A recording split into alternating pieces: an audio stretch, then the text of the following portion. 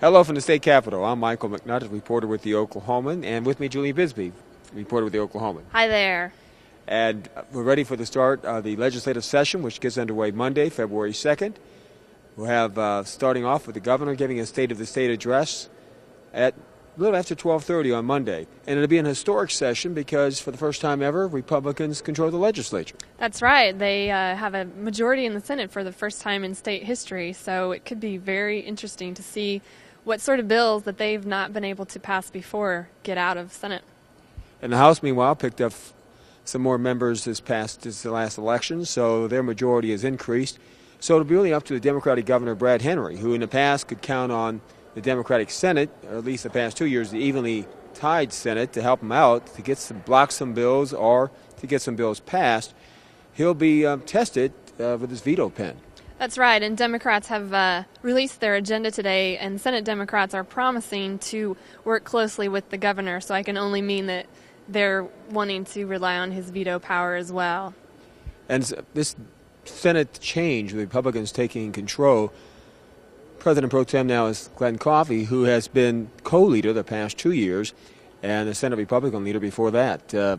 He's obviously got more clout now. That's right, and he's got some initiatives that he is very interested in seeing done. He's in the remaining few years of his term, and he's very much in favor of lawsuit reform, and I think that they are looking in a tight budget year to make some reforms to state government as well.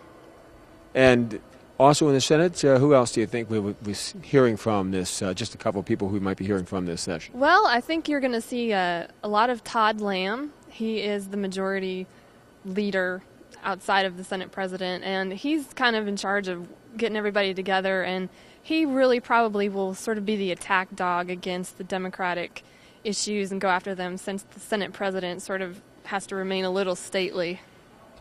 And on the Democratic side in the Senate, we have who? Oh, well, we'll see a lot of Charlie Laster. He is the minority leader, and he's kind of laid back, but I think if the organizational day was any indication of how they're going to operate, the Democrats are pretty ready to put up a fight. And it should be a little quieter in the House. The Republicans, as I said earlier, picked up more control of the seats, and Chris Benj has come up with a new committee format, has named his own committee chairman. Last year he took over on a last-minute basis when Lance Cargill stepped down as Speaker, so he'll have more of his fingerprints on the proceedings this year. House Democrats, meanwhile, Danny Morgan of Prague is still the minority leader, but the floor leader is Representative Mike Brown, who will be is new this year as to that position, and has been a little feisty, so we might see a little bit more from the House Democrats, who have been kind of quiet the past couple of years. But Danny Morgan says they're learning how to be the minority party, which is a big adjustment. Yeah, I think the Senate Democrats are having to learn the same hard lesson, since they've held most of the power since state history. So it's going to be an interesting year for sure.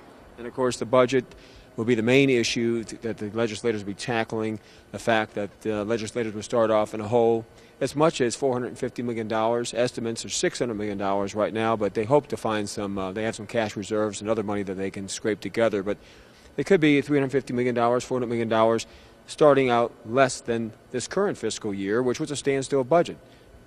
No new money, and they're looking at state agencies to make cuts. I think the governor has said surgical cuts, so we're trying to figure out what exactly that might mean. Some of that the governor will announce Monday at the State of the State. He'll release his executive budget, and in that budget should have a plan of what programs should be trimmed back and where they might be able to find some savings. Of course, that budget will be reviewed by the legislators throughout the session, and hopefully they'll come to some type of agreement. But with no money, we can almost be assured there won't be any new programs or new spending or probably no tax cuts. That's right. I know that they are eyeing a grocery tax cut, but that's really going to depend upon whether or not they can afford to lose the funding. So to keep up with the legislative activities this session, join us at the Oklahoman every morning. Our stories, Julie and my stories, will be in the paper. Also at News OK, we'll have a blog, the Capitol blog, and we'll be kind of posting some instantaneous events that's going on, and maybe an occasional video or two. Who knows? That's right. Stay tuned.